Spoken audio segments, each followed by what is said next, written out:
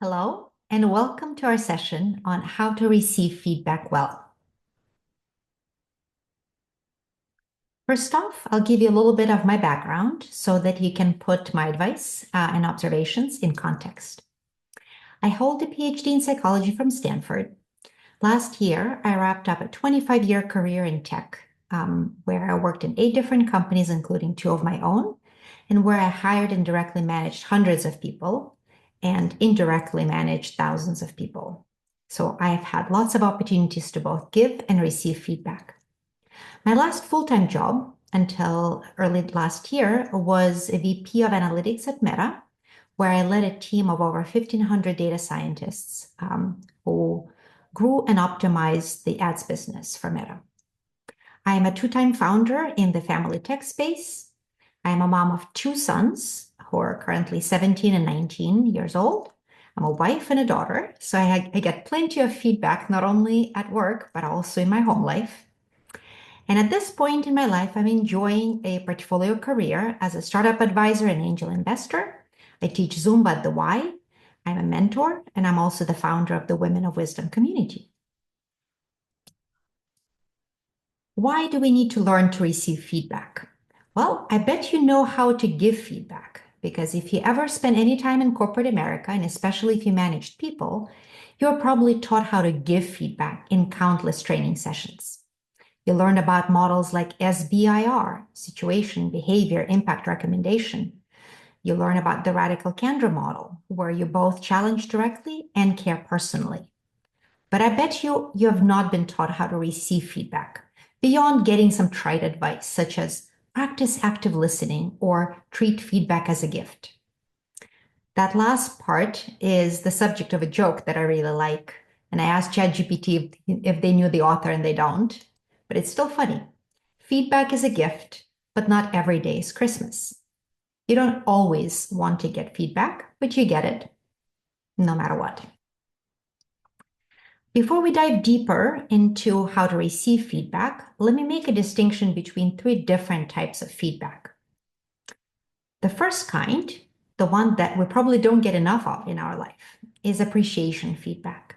And the purpose of it is to see you, to acknowledge you, to connect with you, to thank you, and ultimately to encourage you to do more of that behavior that they appreciate. The second and third type of feedback are evaluation and coaching, respectively. In evaluation, you're rated against a set of standards or are ranked against your peers. In a coaching environment, ostensibly, the purpose is to help receiver expand knowledge, address performance gaps, or improve skills.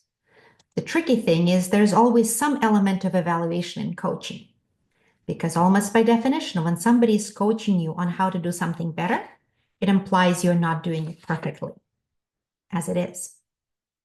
Now, I call them 3 distinct types of feedback, but in real life, they're delivered kind of all mushed together oftentimes.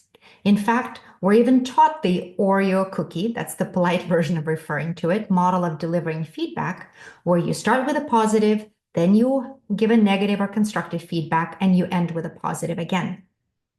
It actually confuses matters, and I wish people were more clear about what type of feedback they're providing. Now, we'll spend the bulk of today on the evaluation and coaching type feedback, but I do want to spend a few minutes up front talking about appreciation feedback, how to give it and to receive it. One of my favorite books that was the subject for today's talk is Thanks for the Feedback. And they have a funny phrase there. They say that we're all suffering from mutual appreciation deficit disorder, or MAD. And it's true. We're not getting enough appreciation feedback, especially in work contexts in our lives. And it's ironic because it's actually one of the best predictors of job satisfaction and employee retention. Gallup did a giant survey of over 80,000 workers and found that one of the best predictors of satisfaction and retention were their answers to the question, in the last 7 days, have I received recognition or praise for doing good work? And so my first piece of advice to you on giving appreciation feedback is give it, express appreciation, cure MAD. And then the next piece of advice is be authentic, be specific, focus on the process and efforts and not just results. and share the impact that this person's behavior or actions have had on you and why you appreciate it. In my introduction, I mentioned that I teach Zumba, and I do it for many reasons. Clearly, money is not one of them if you knew how little they pay us. But I've been dancing since I was 5, and I've been teaching since I was 11. Long story. So it combines those two passions. But frankly, the big other reason why I love teaching Zumba is because of all the appreciation feedback that I get from my students. I have one woman telling me, my husband tells me I have 2 left feet, but in your class, I feel like a dancer. And it makes me feel really good as a teacher.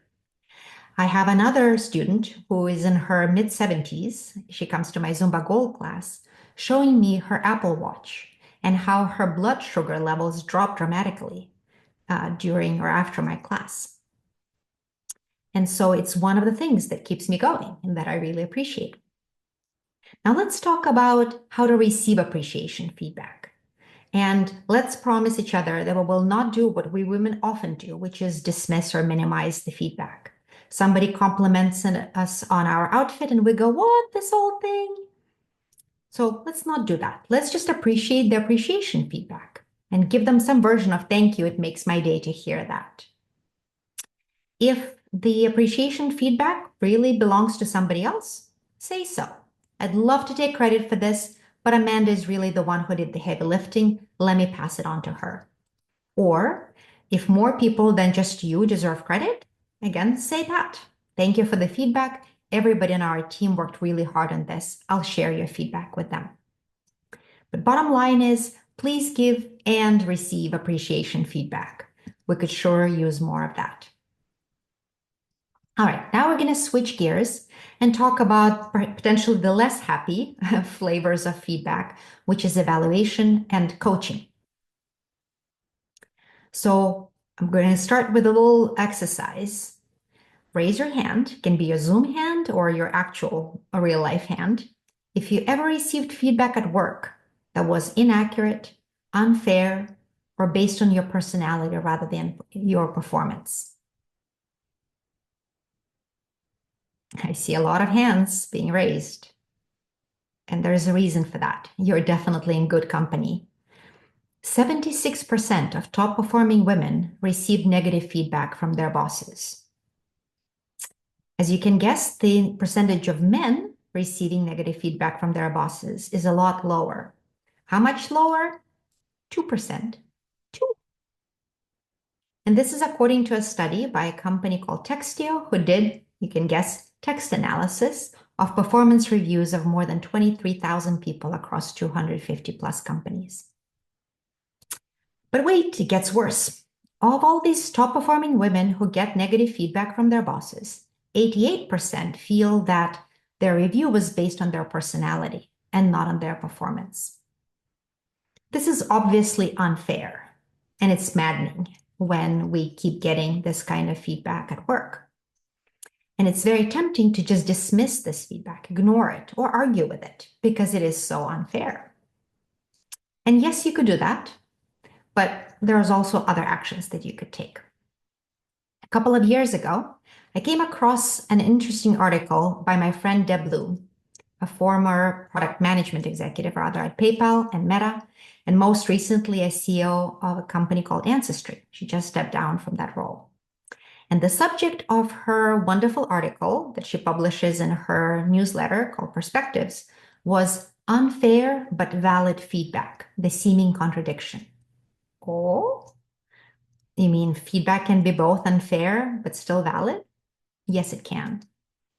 The feedback that she was talking about is one that she heard to time and time again. You are hard to relate to. That feedback is really, really unfair. Why is it unfair? Because fairness is an objective criterion that answers the question of, does it apply to everyone equally? In this case, men and women. And the answer here is very clearly no. It's not fair. Because for women to be seen as leaders and to be perceived positively, they must be seen as both competent and warm. Men just have to be competent.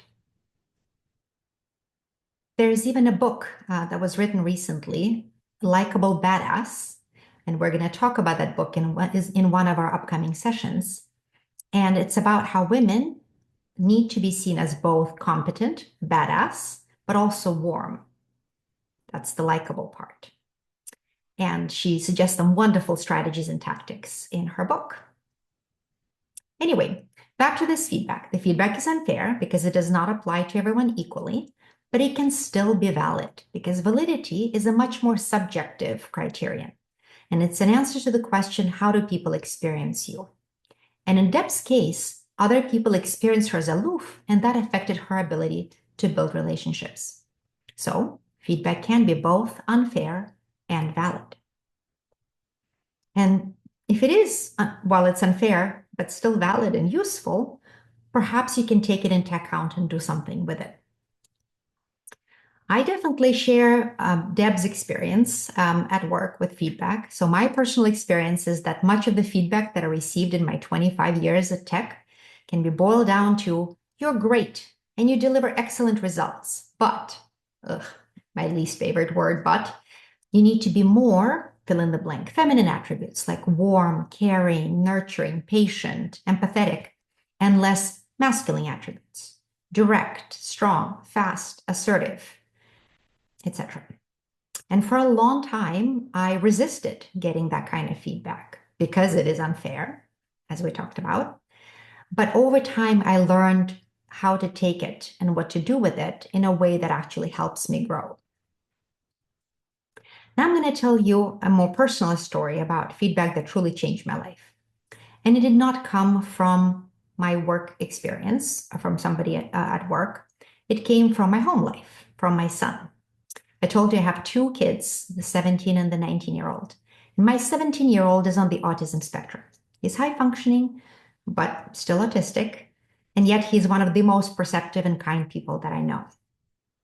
And early last year, maybe January, February, while I was still working, he gave me this feedback. Mom, you are scaring the cats. These are our cats, or at least that's what they looked like 5 years ago when we first adopted them. And I've never yelled at them, let alone hit them. Objectively, they have absolutely nothing to be afraid of. And the first time my son said this, I laughed because I thought he was kidding. Turned out he was not. The second time he said it, I burst into tears because I had a difficult day at work, and the last thing I wanted to hear was how my cats were feeling. But the third time he said it, I paused and I actually looked at the cats. And it's true.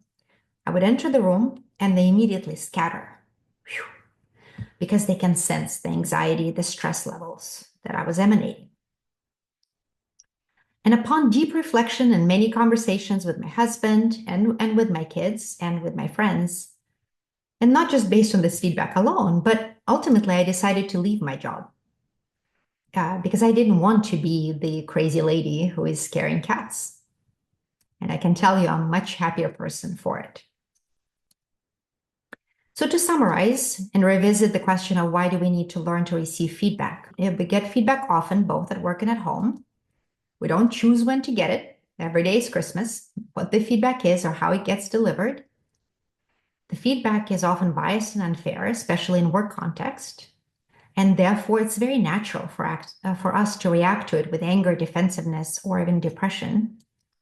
But if we learn to receive feedback well, even if, and especially if it's biased or unfair, we can actually turn every feedback-related interaction into a genuine growth opportunity. We've all heard about growth mindset and Carol Dweck's work, right? And theoretically, it's easy to imagine how you're supposed to apply growth mindset to receiving feedback. You're supposed to view it as an opportunity to learn and not a judgment of your abilities. You're supposed to separate ego from learning and know that effort matters more than talent, and reframe challenges as opportunities and cultivate curiosity. And it sounds all well and good, but I don't know about you, I find it rather hard to apply this kind of suggestions in practice. Just seems rather theoretical. And really those pesky feelings and emotions and other things, get in the way. So when I try to apply feedback to me and apply the growth mindset, there's something that gets in between. And it's a tangled mess of triggers internal voice talking to me, stories, temperament, feelings. It's a mess. So we're going to talk about some of these things and how to deal with them, starting with triggers. So there are three types of triggers. One is truth triggers, where we evaluate this piece of feedback that we just got for accuracy. Is it accurate? Is it fair? Is it helpful? And no, it's not. And therefore, we argue with it. We literally present our counterfactual, right, or our counterpoints to prove that this feedback is wrong. It's inaccurate. There's also relationship triggers.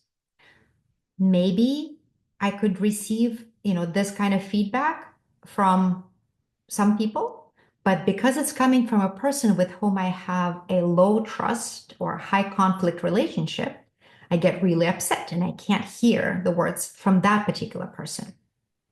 For me, hearing the "you're scaring the cats" feedback from my son was the positive relationship trigger, right? Because it would have been difficult for me to really hear that feedback from somebody else. But from a son whom I adore and respect, it was easier to hear.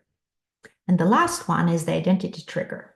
That was actually what made it hard to hear the "you're scaring the cats" feedback, because I certainly don't think of myself and my identity as a person who is so stressed out and so anxious that I'm literally scaring animals and presumably humans around me. So when you get triggered, what happens is the internal voice goes into hyper mode. So internal voice is there all the time. It's just the running stream of thoughts and feelings that you have in every conversation. And usually it's pretty quiet. But when we get emotional, it gets louder and louder and demands more of our attention. And when we're listening to ourselves or our internal voice, we can't also listen to others. On a good day, your internal voice is like a personal assistant whose job it is to make sure no one is bothering you. "I'm sorry, Miss Elena is busy right now. She's absorbed in her own thoughts about how unfair you always are to her. You might try coming back later." But when you're triggered, the internal voice goes from mere assistant to armed bodyguard. When your boss, the head chef, yells, "If you can't keep up, get out of my kitchen," your internal voice leaps to your defense and shouts back in your head, "If you'd equip this kitchen properly, maybe I'd have a chance." The chef might get past your usual assistant, but no one is getting past your bodyguard. My internal voice is super active and super vocal, and it's a really, really good personal assistant and an even better armed bodyguard, and it really comes to my defense. But it also gets in the way of me really hearing the feedback.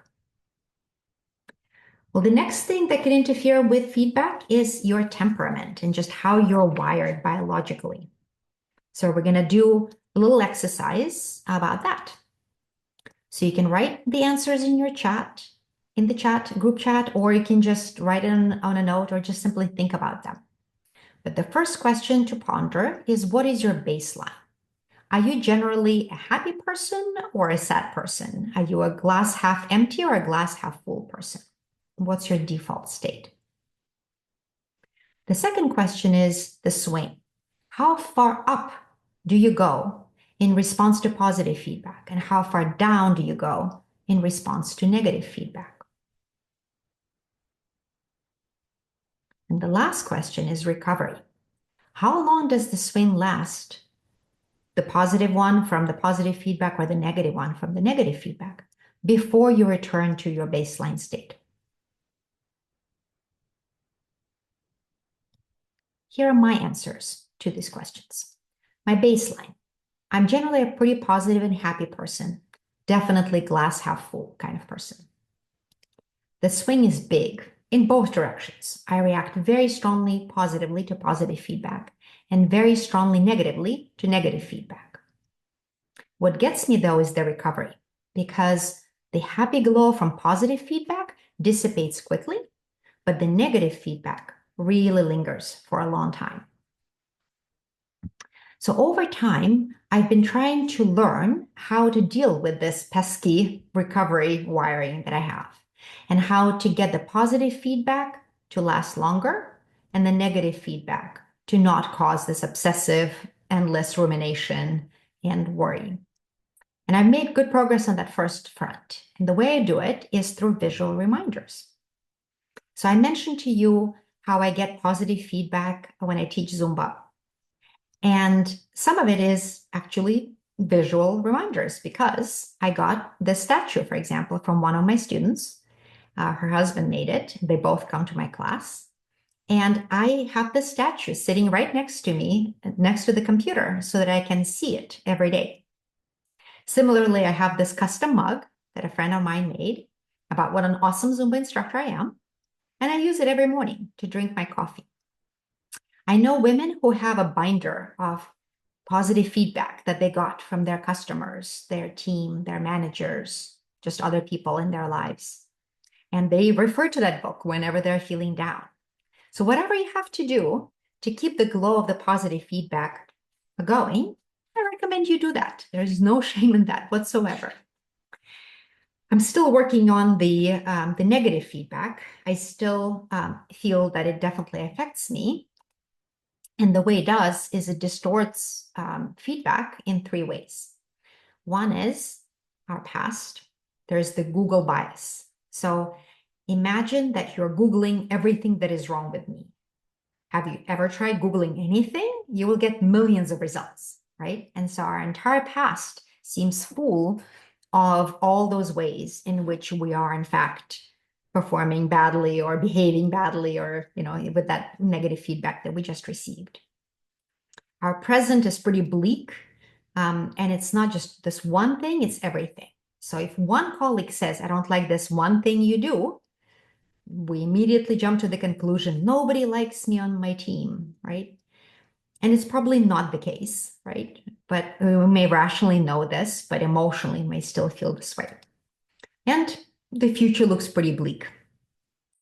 We have the forever bias, where if we're feeling bad today, we have the feeling we will always feel bad. Fortunately, there are ways to stop these distortions from happening. The first one is to be prepared and to be mindful. I am by now well acquainted with my triggers, and I know my internal voice and just how vocal my voice is. And so I negotiate with my voice in advance before I go into the feedback conversations so that it stays quiet. And then I try to be mindful. And so I'm literally seeing my internal voice activate. I acknowledge it and I say, thank you, voice, for coming up, but I really need to listen right now to the feedback. So why don't we revisit this later? You also need to separate the strands because everything is mushed together. Feeling, story, feedback, it's all interconnected, but you need to pull it apart so you can examine just the feedback part. You need to contain the story and right-size the consequences. If your the feedback that you got is one, partner or one customer or one team member doesn't like a particular thing, chances are you won't get fired tomorrow, unless, of course, your company is going through major layoffs, in which case a little bit all bets are off. But usually, we tend to exaggerate the consequences and the worst that can happen when we get negative feedback, especially surprising kind of feedback. You can also change your vantage point. You can pretend that you are a friend of the person to whom the feedback is being delivered. Would you react to it in the same emotional way that you're reacting when it's directed at you? Or the other vantage point that you can try to take is looking back from the future. Imagine it's a week from now, a month from now, a year from now. Would you be as upset about this feedback then as you are right now? That could help. And last, accept that you can't control how others see you. But what you can control is how you react to it and what you do with it. All right, we're going to put this together into practical steps for how to receive feedback well.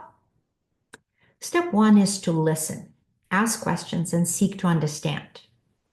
So we talked about being prepared, knowing your internal voice, your triggers, the emotions that you tend to get in response to feedback.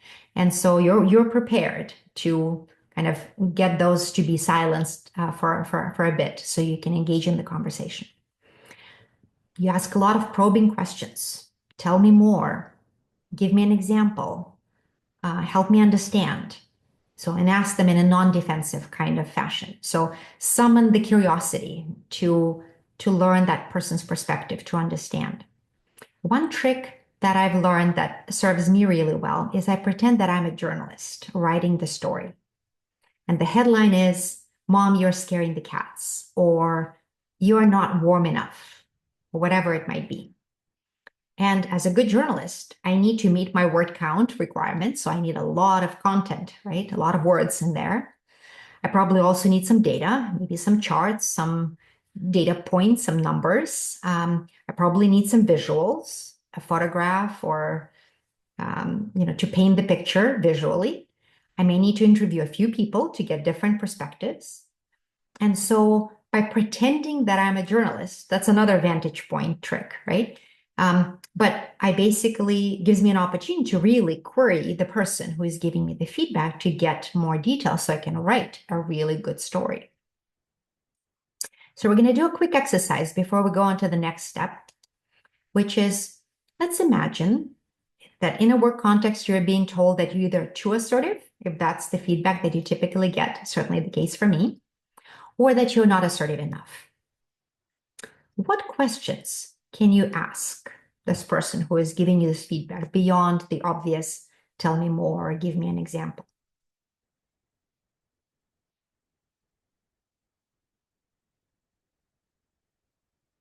All right, so next time this kind of situation comes up, consider asking those types of questions, right? To really dig in so you can write a really good story.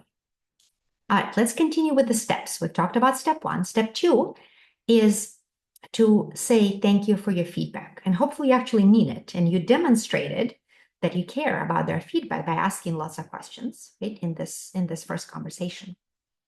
It also reinforces the relationship that you have with this person because they appreciate you taking the time to listen to their feedback and to acknowledge it and to thank them for it.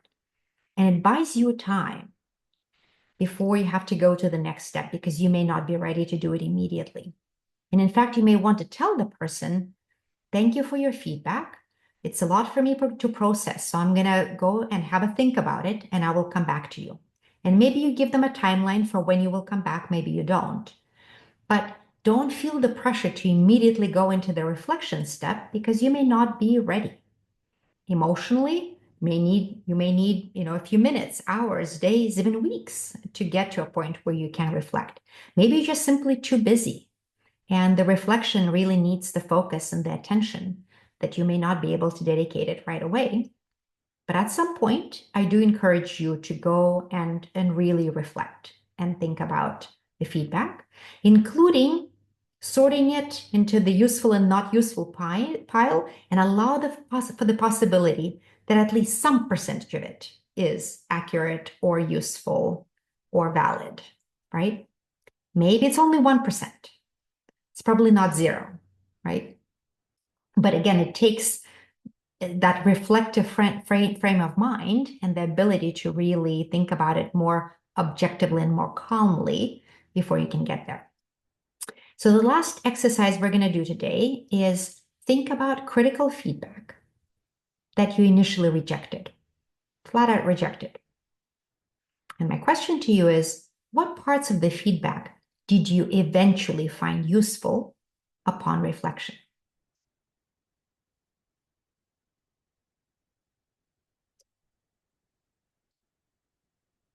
All right, let's come back to our steps. So we've now reflected deeply on the feedback and we've decided which parts of it were valid or useful. And at this point, you decide whether and how you will act on that feedback. And it's your choice. You may decide not to act on that feedback at all. For example, the feedback may be valid in the sense that it reflects that person's perception of you. But let's say it is really core of who you are and you don't want to change it, and you don't have to. It's up to you. At the other extreme, you can really act on the feedback the way I acted on the feedback from my son about me scaring the cats. I literally quit my job. Now, that's pretty extreme.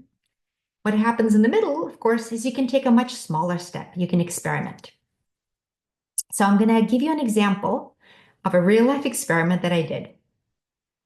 For many, many years, I've been trying to develop a mindfulness practice. I've heard it's a good thing to do. I've tried to learn various sorts of meditation, and frankly, I'm yet to succeed at it. I've talked to a lot of friends who have a mindfulness practice, and it really works for them and it really helps them.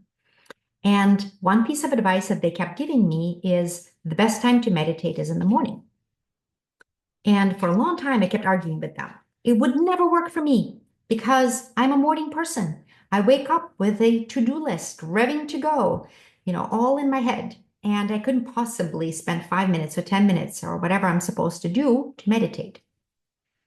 And then I read a book, and it mentioned how, a different way to think about it, and suggested that I do a little experiment.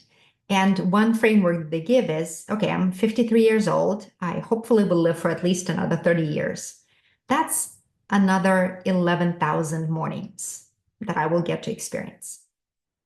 And so if I meditate this one morning, that still leaves me with 10,999 mornings when I don't have to meditate.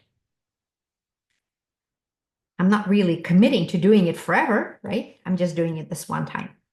I did it. I have to say it didn't work exactly for the reasons that I said. My mind is just way too busy, and morning is actually not the right time for me to meditate, but I'm really glad I did this experiment.